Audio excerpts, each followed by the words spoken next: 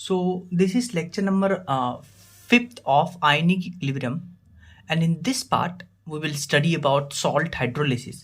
उससे पहले last class में हम डिफरेंट टाइप्स ऑफ सॉल्ट्स पढ़ रहे थे, तो उसमें हम अब बात करेंगे बेसिक सॉल्ट्स के बारे में।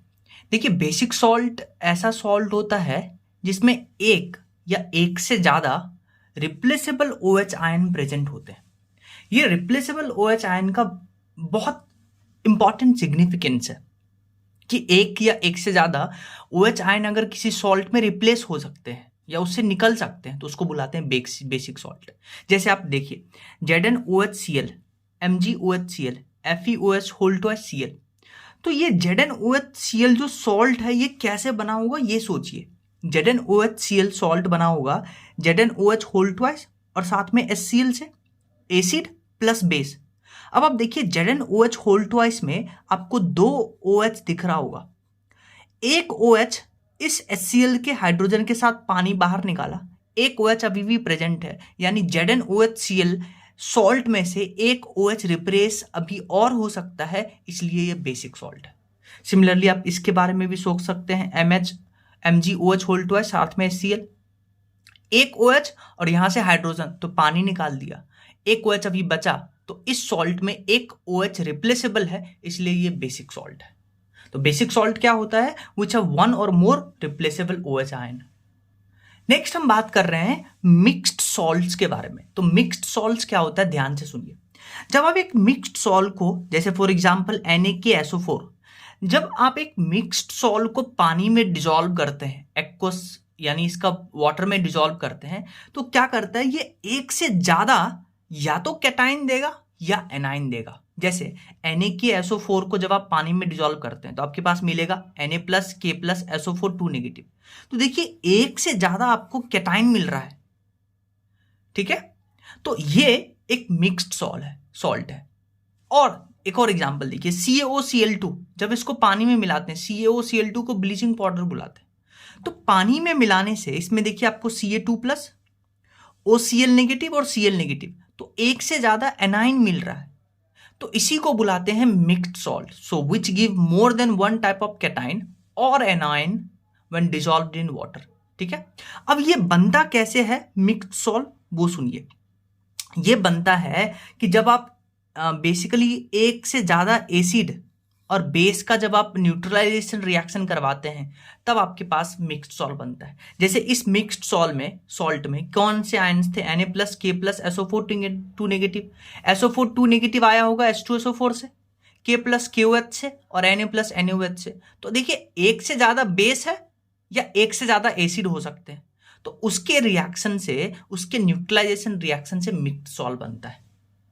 नेक्स्ट हमारे पास है डबल सॉल्ट। डबल सॉल्ट क्या होता है, ध्यान से सुनिए। जैसे एक एग्जांपल देखिए मोहर सॉल्ट का। मोहर सॉल्ट एक डबल सॉल्ट है, उसका फॉर्मूला भी आपको याद होना चाहिए, FeSO4 dot NH4 whole twice SO4। ये एक डबल सॉल्ट है, FeSO4 NH4 whole twice SO4 dot 6H2O। अब आप ध्यान से देखिए, इस मोहर सॉल्ट में आपको एक से ज्यादा नॉर्मल सॉल्ट दिख रहे होंगे। जैसे FeSO4 एक नॉर्मल सॉल्ट है, NH4 होल ट्वाइस SO4 एक नॉर्मल सॉल्ट है। तो एक से ज्यादा नॉर्मल सॉल्ट को जब आप पानी में डिसॉल्व करते हैं, ठीक है, तो जब एक से ज्यादा नॉर्मल सॉल्ट आपस में मिलते हैं तब एक डबल सॉल्ट बनाता है, ठीक है। और जब आप इसको पानी में डिसॉल्व करिएगा तो ये आपको सिंपल आयंस देगा व्हेन डिसॉल्व्ड इन वाटर। जैसे K2SO4 dot Al2SO4 whole twice dot 24H2O। तो ये पोटास एलम है, इसमें आपको एक से ज्यादा नॉर्मल सॉल्ट देखने को मिलता है, और जब आप इसको पानी में डिसॉल्व करिएगा तो आपको सिंपल आयंस मिलेगा जब आप पानी में इसको डिसॉल्व करिएगा। नेक्स्ट हमारे पास है कॉम्प्लेक्स सॉल्ट। कॉम्प्लेक्स सॉल्ट क्या होता है, जब जैसे K4FeCN होल 6, जब आप इसको पानी में डिसॉल्व करते हैं तो आपको कॉम्प्लेक्स आयन मिलता है, इसलिए इसको बुलाते हैं कॉम्प्लेक्स सॉल्ट, ठीक है। नेक्स्ट हमारा एक इंपॉर्टेंट सेक्शन है, हम बात करने जा रहे हैं pH of normal salt. pH of normal salt को पढ़ने से पहले हम पढ़ेंगे कॉन्जुगेट एसिड बेस पेयर, ठीक है। ध्यान से सुनिए। अब देखिए, एक एसिड में से अगर आप एक H+ निकालते हैं, एसिड में क्या होगा, H प्लस होगा। अगर आप एक एसिड निकालते हैं तो जो बनने वाला स्पीसीज है उसको कॉन्जुगेट बेस बुलाते हैं। या आप यूं बोल दीजिए कि अगर आप एक बेस में से एक H प्लस ऐड करते हैं, एक बेस में एक H प्लस ऐड करते हैं, या एक बेस में से एक OH नेगेटिव रिमूव करते हैं, तो बनने वाले स्पीसीज को हम कॉन्जुगेट एसिड बुलाते हैं। तो एसिड का कॉन्जुगेट बेस और बेस का कॉन्जुगेट एसिड बनता है। जैसे मान लीजिए आपके पास एक एसिड है HA, इसमें से आप एक H प्लस निकाल दीजिए तो बचा क्या, A नेगेटिव। तो ये A नेगेटिव क्या है, इस एसिड का कॉन्जुगेट बेस है। सिमिलरली मान लीजिए आपके पास अमोनिया है, अमोनिया में क्या करिए, एक H प्लस ऐड करिए। तो एक H प्लस ऐड करने से, एक H प्लस ऐड करने से आपके पास क्या बना, अमोनियम आयन। तो ये अमोनिया बेस था, एक H प्लस ऐड किए तो बनने वाला स्पीसीज कॉन्जुगेट एसिड होगा। अब आप एक कॉन्सेप्ट सीखिए। कॉन्सेप्ट क्या है, मान लीजिए आपके पास एक वीक एसिड है, एसिटिक एसिड CH3COH, इसका एक्वस सॉल्यूशन लेते हैं। आपको पता है इसका अल्फा जो होता है बहुत कम होता है, तो ये क्या करेगा, इसमें से H प्लस निकलेगा, बनने वाले स्पीसीज को कॉन्जुगेट बेस बुलाएंगे। अब ये रिएक्शन रिवर्सिबल है, ध्यान से सुनिएगा। फिर एक और एग्जांपल लीजिए, NH4OH, वीक बेस है, वीक बेस है तो अल्फा 100% नहीं होगा, तो यहां पे पार्शियल आयोनाइजेशन होगा, NH4 plus OH negative ion. तो आप क्या किए हैं, एक OH नेगेटिव बाहर निकालें तो बनने वाले स्पीसीज को कॉन्जुगेट एसिड बुलाएंगे। अब हम ले रहे हैं HCl, जो कि एक स्ट्रॉन्ग एसिड है, इसका अल्फा 100% होता है, तो ये कैसे टूटेगा, H प्लस और Cl नेगेटिव में। एसिड से एक H प्लस निकाले हैं तो बनने वाले स्पीसीज को कॉन्जुगेट बेस। सिमिलरली NaOH एक स्ट्रॉन्ग बेस है, अल्फा 100%, ये टूटेगा Na प्लस OH नेगेटिव में। अब एक OH नेगेटिव निकाले हैं स्ट्रॉन्ग बेस से, तो बनने वाले स्पीसीज को क्या बुलाएंगे, कॉन्जुगेट एसिड। अब आप देखिए ध्यान से, इस रिएक्शन में जब वीक एसिड डिसोसिएट कर रहा है, अल्फा लेस देन 100% है, तो ये रिएक्शन बैकवर्ड भी जा सकता है, यानी कॉन्जुगेट बेस वापस से इस H प्लस के साथ रिएक्ट करके ये बना सकता है। लेकिन HCl में अल्फा 100% है, तो जब यहां H प्लस और Cl नेगेटिव बना तो ये रिएक्शन बैकवर्ड नहीं जा सकता है। तो अगर ये रिएक्शन बैकवर्ड नहीं जा सकता है तो ये H प्लस अब Cl नेगेटिव के साथ रिएक्ट ही नहीं करेगा। तो यानी कि ये H प्लस क्या करता है, वापस से रिएक्ट कर सकता है, इसलिए इसको बुलाते हैं एक्सेप्टर आयन। और ये H प्लस स्ट्रॉन्ग एसिड का वापस से रिएक्ट नहीं कर सकता, इसलिए इसको बुलाते हैं स्पेक्टेटर आयन। ठीक है, क्यों, क्योंकि Cl नेगेटिव H प्लस को एक्सेप्ट नहीं करेगा, रिएक्शन बैकवर्ड नहीं जाएगा, रिएक्शन हमेशा फॉरवर्ड जाएगा, क्योंकि स्ट्रॉन्ग एसिड और स्ट्रॉन्ग बेस का अल्फा 100% होता है। सो स्ट्रॉन्ग एसिड बोल दीजिए, स्ट्रॉन्ग बेस बोल दीजिए, इससे आपको क्या मिलेगा, स्पेक्टेटर आयन। तो S for strong, S for spectator. So अगर हम बात करते हैं वीक एसिड और वीक बेस की, तो वीक एसिड डिसोसिएट होगा इसमें और इसमें। वीक एसिड में H प्लस निकाले हैं तो बनने वाले स्पीसीज को conjugate base. Similarly weak base में से OH नेगेटिव निकाले हैं, बनने वाले स्पीसीज को कॉन्जुगेट एसिड। अब आप ध्यान से देखिए, यहां एसिड डिसोसिएट हो रहा है तो उसका डिसोसिएशन कांस्टेंट लेंगे Ka, और यहां वापस से ये जब जुड़ेगा तो इसका Kb लेंगे, क्योंकि रिएक्शन बैकवर्ड भी जा सकता है। तो हम बात करने जा रहे हैं Kb और Ka में रिलेशन किसका, कॉन्जुगेट एसिड बेस पेयर का रिलेशन।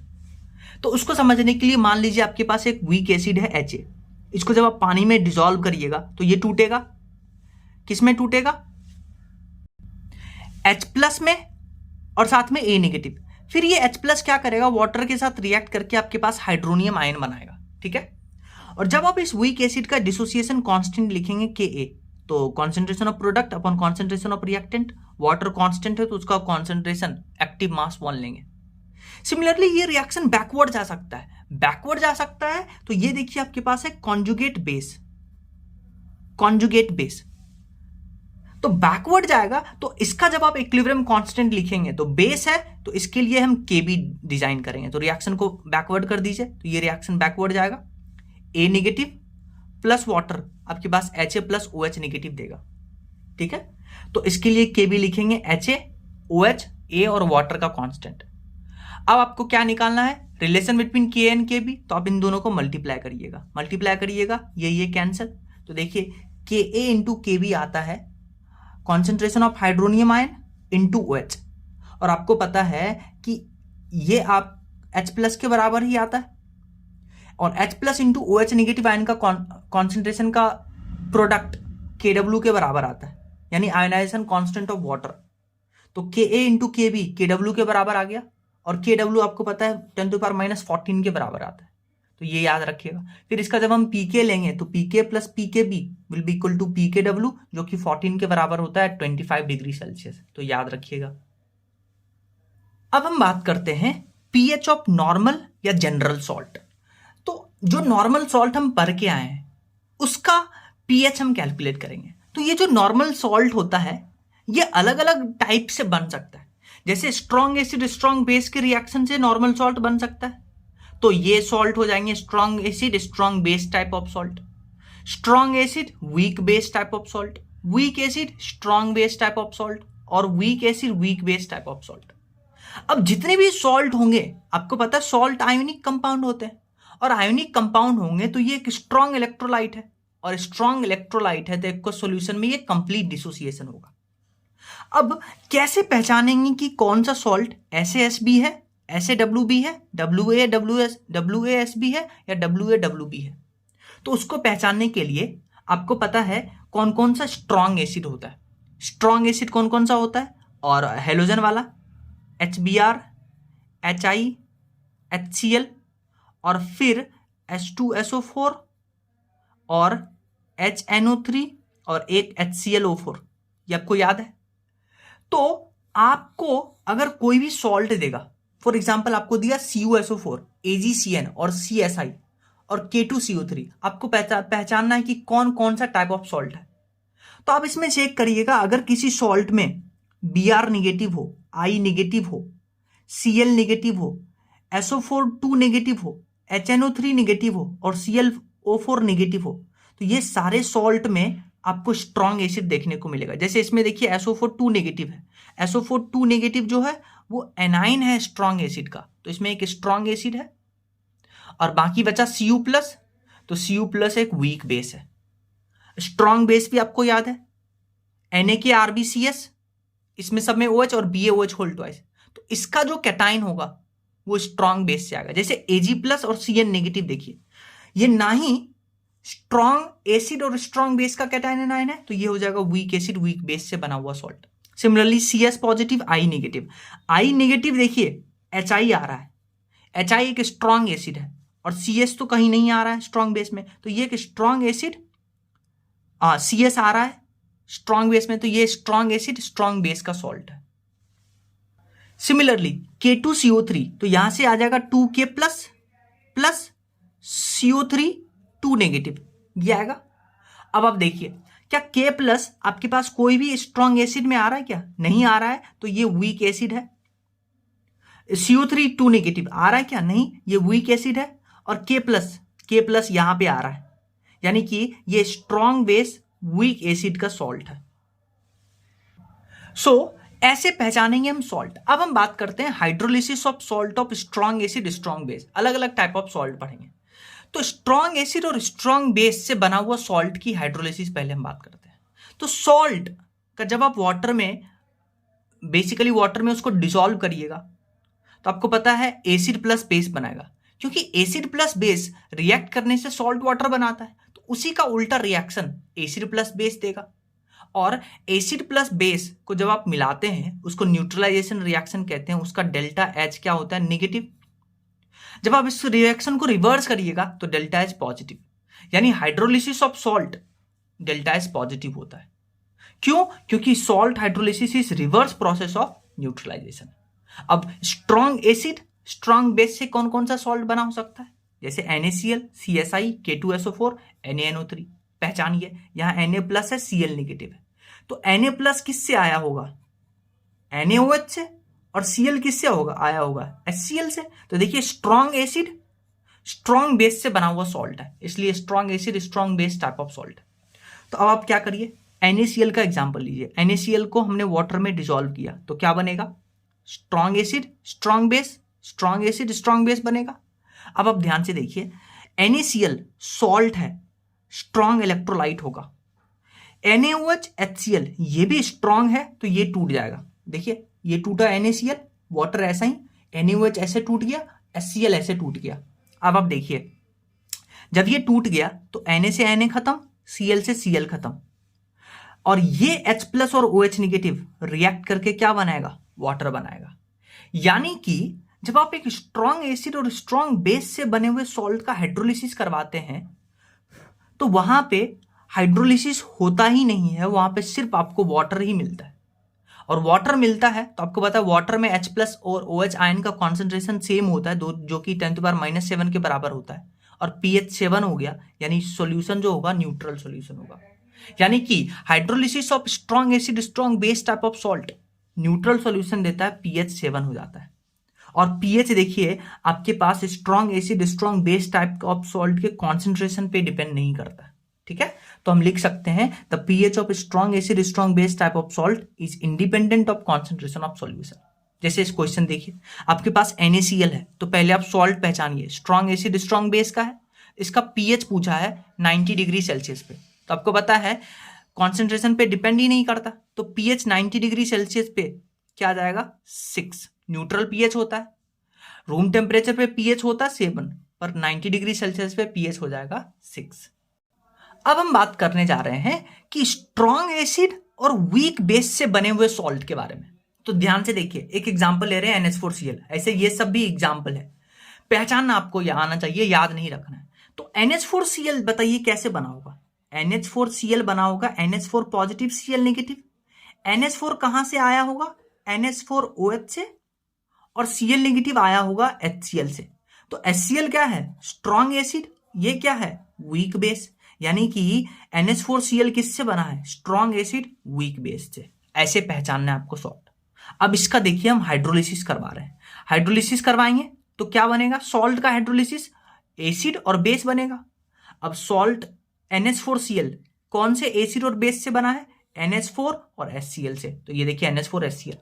अब देखिए ये सॉल्ट है, स्ट्रॉन्ग इलेक्ट्रोलाइट है, तो ये टूट जाएगा, वाटर ऐसा का ऐसा ही, पर वीक बेस नहीं टूटेगा, तो वीक बेस को हमने ऐसे ही लिख दिया। और HCl टूटेगा, स्ट्रॉन्ग इलेक्ट्रोलाइट है, तो H प्लस Cl नेगेटिव। तो देखिए Cl नेगेटिव खत्म। अब आप देखिए NH4 पॉजिटिव प्लस H2O, और यहां हुआ NH4 पॉजिटिव H प्लस। तो यहां पे जब आप एक स्ट्रॉन्ग एसिड वीक बेस के सॉल्ट का हाइड्रोलिसिस करवाते हैं तो स्ट्रॉन्ग एसिड वीक बेस के सॉल्ट में जो कैटायन वाला पार्ट है NH4, उसी का हाइड्रोलिसिस हो रहा है, और आपके पास देखिए H प्लस आयन का कॉन्सेंट्रेशन सॉल्यूशन में बढ़ रहा है। यानी कि ऐसे WB के सॉल्ट के हाइड्रोलिसिस से सॉल्यूशन में H प्लस आयन कॉन्सेंट्रेशन बढ़ रहा है, यानी सॉल्यूशन एसिडिक होगा, pH <7। इतना समझ में आया? तो किसका हाइड्रोलिसिस होगा ऐसे WB टाइप में? Cationic hydrolysis. और नेचर ऑफ सॉल्यूशन एसिडिक। तो आप ऐसे याद रखिएगा, जैसे आपके पास ऐसे WB टाइप ऑफ सॉल्ट है, तो हमेशा याद रखिएगा जो हाइड्रोलिसिस होगा वो वीक पार्ट का होगा। वीक पार्ट क्या? Weak base. वीक बेस मतलब NH4। और जो रिजल्टेंट सॉल्यूशन का pH आएगा वो स्ट्रॉन्ग पार्ट से डिसाइड होगा। तो स्ट्रॉन्ग पार्ट कौन है? स्ट्रॉन्ग एसिड, इसलिए pH एसिडिक हो गया, एसिडिक सॉल्यूशन है, pH <7। अब अगर हम इस रिएक्शन का, जो कि हाइड्रोलिसिस रिएक्शन है, इस रिएक्शन का इक्विलिब्रियम कांस्टेंट लिखे तो उसको बुलाते हैं हाइड्रोलिसिस कांस्टेंट, जिसको KH से डिनोट करते हैं। KH क्या होता है? Concentration of product upon concentration of reactant. Water है तो उसका एक्टिव मास 1 होता है, तो NH4 into H plus divided by NH4 positive. और अगर ये देखिए, ये क्या है? Weak base. वीक बेस का Kb, ये भी तो होगा, इसका भी तो डिसोसिएशन होगा, तो इसके लिए जो इक्विलिब्रियम कांस्टेंट लिखेंगे Kb क्या हो जाएगा? देखिए NH4OH किस में टूटेगा? NH4 positive plus OH negative में, तो इसका यहां पे रखेंगे प्रोडक्ट का कॉन्सेंट्रेशन डिवाइडेड बाय रिएक्टेंट का कॉन्सेंट्रेशन।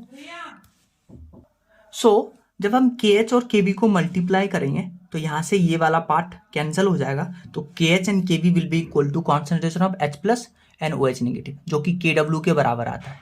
तो हाइड्रोलिसिस कांस्टेंट KH क्या है? Hydrolysis constant. Kb क्या है? Equilibrium constant for weak base, तो ये KH किसके बराबर आ जाएगा? KW upon Kb। KW क्या है? डिसोसिएशन कांस्टेंट ऑफ वाटर, जिसका वैल्यू होता है 10⁻⁻14। तो ये याद रखिएगा। सिमिलरली जब इस कैटायन का हाइड्रोलिसिस हो रहा है तो कितना हाइड्रोलिसिस हो रहा है वो हम बात करते हैं डिग्री ऑफ हाइड्रोलिसिस, जिसको स्मॉल h से डिनोट करते हैं। तो ये कैटाइन का हाइड्रोलिसिस हो रहा है, NH4OH और साथ में H प्लस बन रहा है। तो इनिशियल कॉन्सेंट्रेशन C, इसका 0 0 0 और इक्विलिब्रियम पे C माइनस CH, इसका CH CH। तो इसका KH लिखेंगे, डिग्री ऑफ इक्विलिब्रियम कांस्टेंट लिखेंगे, प्रोडक्ट डिवाइडेड बाय रिएक्टेंट का, यहाँ से कॉमन लिए तो ये KH आ जाएगा CH square upon 1 minus H। H very very less than 1, तो 1 माइनस H को 1 लिख सकते हैं, तो KH आ जाएगा CH स्क्वायर। तो डिग्री ऑफ हाइड्रोलिसिस H आ जाएगा root under KH upon C, और KH अभी हम निकाल के आए थे, KH कितना होता था, KH होता था KW अपॉन KB, तो KW अपॉन KB रखेंगे। तो यहाँ से देखिए जो डिग्री ऑफ हाइड्रोलिसिस है, it is inversely proportional to root C concentration but directly proportional to root B।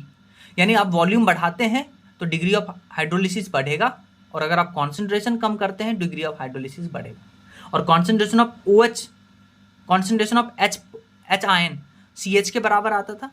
H हम कैलकुलेट कर चुके हैं यहाँ से, तो वो वैल्यू डालेंगे तो आपके पास कॉन्सेंट्रेशन ऑफ H प्लस आएगा। इसका निगेटिव लॉग ले लेंगे तो आपके पास pH आ जाएगा 7 minus half pKb minus half log C। ये pH किसका है, हाँ, स्ट्रॉन्ग एसिड वीक बेस से बनने वाले सॉल्ट का। मैंने आपको बताया था सॉल्यूशन का pH होगा लेस देन 7, इसलिए 7 माइनस किया है हमने। सिमिलरली हम बात कर सकते हैं कि जब आप एक वीक एसिड और स्ट्रॉन्ग बेस से बने हुए सॉल्ट का हाइड्रोलिसिस करवाते हैं, तो एग्जांपल देखिए CH3CONA। तब आप देखिए CH3CONA में आपको 2 आयन मिलेगा, CH3CO नेगेटिव और Na पॉजिटिव। Na पॉजिटिव किससे आया होगा, NaOH से, और ये किससे आया होगा, CH3COH से, जो कि एक वीक एसिड है और ये एक स्ट्रॉन्ग बेस है। तो वीक एसिड स्ट्रॉन्ग बेस से बने हुए सॉल्ट का हाइड्रोलिसिस अब हम पढ़ेंगे। ध्यान से देखिए, हम क्या करवा रहे हैं, ये WaSb टाइप के सॉल्ट का हाइड्रोलिसिस करवा रहे हैं। तो क्या होगा, ये देखिए स्ट्रॉन्ग इलेक्ट्रोलाइट है, तो ये टूटेगा अपने आयंस में, और जब इसको आप बेसिकली सॉल्ट का हाइड्रोलिसिस करवाते हैं तो अपने बने हुए एसिड और बेस बनाएगा वो। अब देखिए ये स्ट्रॉन्ग बेस है तो ये अपने आयंस में टूट जाएगा, आयंस में टूटेगा, ये कैंसल, और फिर आप यहाँ से देखिए CH3CO नेगेटिव H2O, और यहाँ से ये बना। तो जब आप एक WaSb टाइप ऑफ सॉल्ट को हाइड्रोलिसिस करवाते हैं तो सॉल्यूशन में देखिए आपके पास OH नेगेटिव आयन बढ़ेगा, और OH नेगेटिव आयन बढ़ा, और WaSb टाइप में एक्चुअली हाइड्रोलिसिस किसका हुआ, एनाइन का।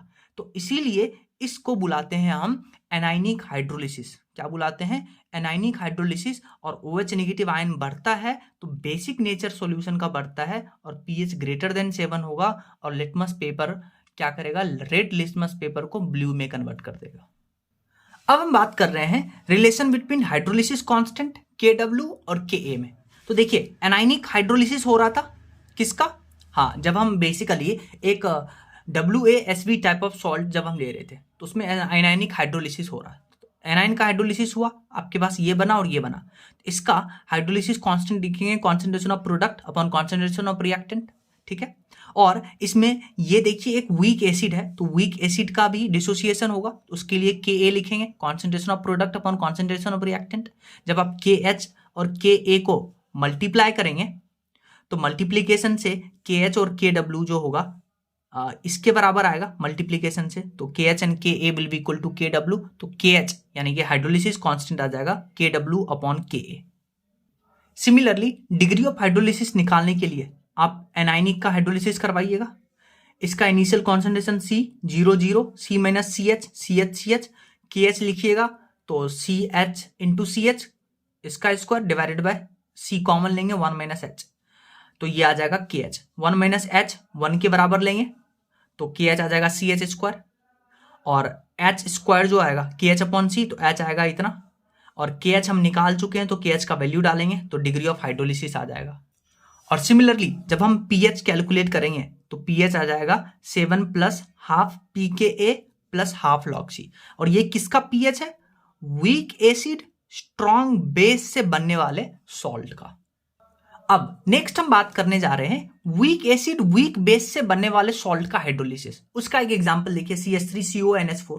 CH3CONH4 टूट करके इसमें बनाएगा, ये CH3COH से आया होगा जो कि एक वीक एसिड है, और NH4OH जो कि एक वीक बेस है, ठीक है। अब आप जब एक वीक एसिड वीक बेस से बने वाले सॉल्ट का हाइड्रोलिसिस करवाते हैं तो बनेगा एसिड और बेस, ये दोनों वीक हैं, तो ये दोनों वीक हैं, तो ये दोनों जो है ये दोनों पार्टिसिपेट करेगा हाइड्रोलिसिस में। और यहाँ पे मैक्सिमम हाइड्रोलिसिस होता है क्योंकि कैटाइन और एनाइन दोनों का हाइड्रोलिसिस होता है, और इसीलिए सॉल्यूशन जो होता है ऑलमोस्ट न्यूट्रल होता है। बट सॉल्यूशन एसिडिक भी हो सकता है, बेसिक भी हो सकता है, डिपेंडिंग ऑन कि Ka और Kb का क्या वैल्यू है, क्योंकि दोनों का हाइड्रोलिसिस हो रहा है। So solution is almost neutral but it may be acidic और basic depending upon the nature of acid base, और pH of solution is near to 7। तो अगर मान लीजिए Ka ज्यादा होगा Kb से, तो Ka ज्यादा होगा Kb से, तो नेचर जो होगा एसिडिक होगा, pH लेस देन 7। अगर Kb ज्यादा होगा Ka से तो बेसिक होगा, pH less than greater than 7। अगर दोनों बराबर हुआ तो न्यूट्रल सॉल्यूशन होगा, pH 7 होगा। और अगर हम हाइड्रोलिसिस कांस्टेंट कैलकुलेट करेंगे तो वो आ जाएगा Kw upon Ka into Kb। ठीक है, यहां दोनों पार्ट को हम कंसीडर करेंगे। और similarly degree of hydrolysis H जो है इसमें भी हम दोनों पार्ट कैलकुलेट करेंगे। तो जो हाइड्रोलिसिस कांस्टेंट है, आप इस फॉर्मूले को देखिए, हाइड्रोलिसिस कांस्टेंट में कॉन्सेंट्रेशन आ ही नहीं रहा है, तो यानी hydrolysis constant is independent of concentration. तो क्या हम बोल सकते हैं कि जब हम एक वीक एसिड वीक बेस से बने हुए सॉल्ट का हाइड्रोलिसिस करवाते हैं तो उसका हाइड्रोलिसिस कांस्टेंट कॉन्सेंट्रेशन पे डिपेंड ही नहीं करता। और pH ऑफ सॉल्यूशन वो आ जाएगा 7 plus half pKa minus half pKb। और pH भी देखिए, pH में भी कॉन्सेंट्रेशन नहीं आ रहा है, तो pH भी कॉन्सेंट्रेशन पे डिपेंड नहीं करता है। तो ये पॉइंट याद रखिएगा। तो ये वीक एसिड वीक बेस से बने हुए सॉल्ट का pH का फॉर्मूला है। सो हम बोल सकते हैं कि degree of hydrolysis pH of weak acid and week base type salt do not depend on concentration of salt. और ये एक टेबल है जिसमें strong acid strong base, strong acid weak base, WaSP और WaWb के सॉल्ट का पूरे का पार्ट का एक रिवीजन है। तो आप वीडियो पॉज करके इसको गौर से देखिए और इस फॉर्मूले को याद रखिए।